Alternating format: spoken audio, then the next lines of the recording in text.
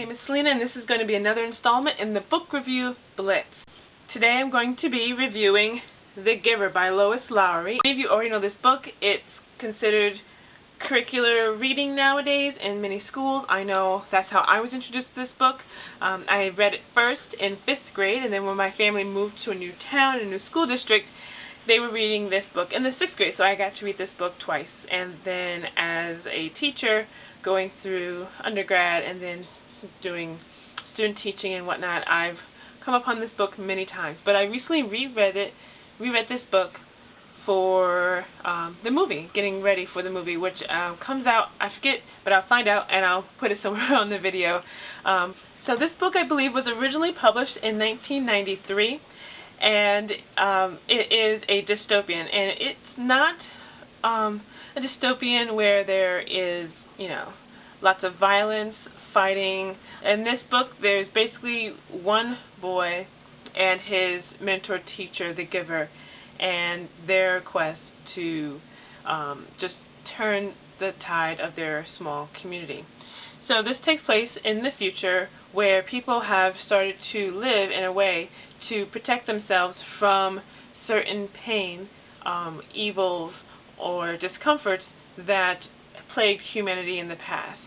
So now there are very strict rules that they go by and that they live by to live in a happy, blissful world free of pain and striving and war and violence. The writing style is not challenging at all, which is probably why it was given to me in 5th and 6th grade to read. It is middle grade appropriate as far as content is concerned and reading level. I also feel that Lois Lowry in this book, which is probably why it was read in schools a lot, it tends to get a little preachy about roles of leadership, the role of of the heart and what it means to be a human, but it's never preachy in the sense that it comes off as obnoxious or annoying. So, like, one such quote is, "The man corrected him, 'Honor,' he said firmly. 'I have great honor, so will you, but you will find that that is not the same as power.'" So it's just, little proverbs of, wisdom, I guess is the best way to say that, is dropped throughout the book as Jonas is learning to receive all the pain and hurt. So the characters. So there's a young boy, his name is Jonas, and he's turning 12. And on his 12th birthday, he is told that he is going to be the new receiver. At the 12th year, every child in that community is given a role that they will fulfill for the remainder of their life.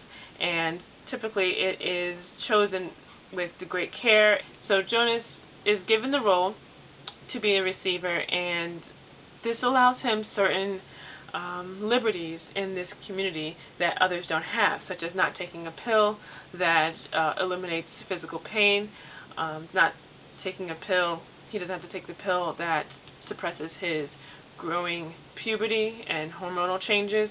He also is allowed to lie, and so that's something new for him, that as an adult he may come to situations where lying is necessary. He has to come to grips with that other adults may have been lying to him in the past.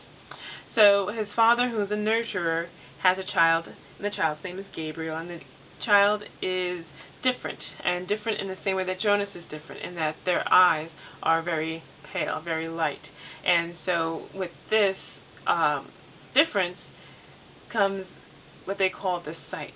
And so Jonas kind of gravitates toward Gabriel, the baby, when the father brings him home to help speed up the nurturing process for the baby before it's given to its assigned family.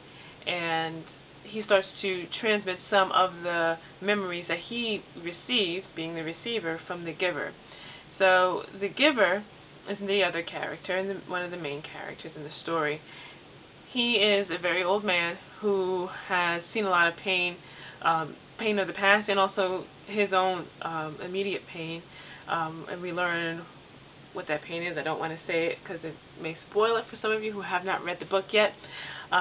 But he has experienced lots of pain, and he also understands, though, that the way that people are living in this current community may not always be for the best, and that pain is always best shared instead of impacted and suppressed into one person. So then Jonas and the Giver decide that they're going to help change their community, and then therein lies the conflict of the story, and that's sort of the last end of the book. And Jonas decides to leave with the memories, and in leaving releases the memories back to the community, but we don't see the fallout.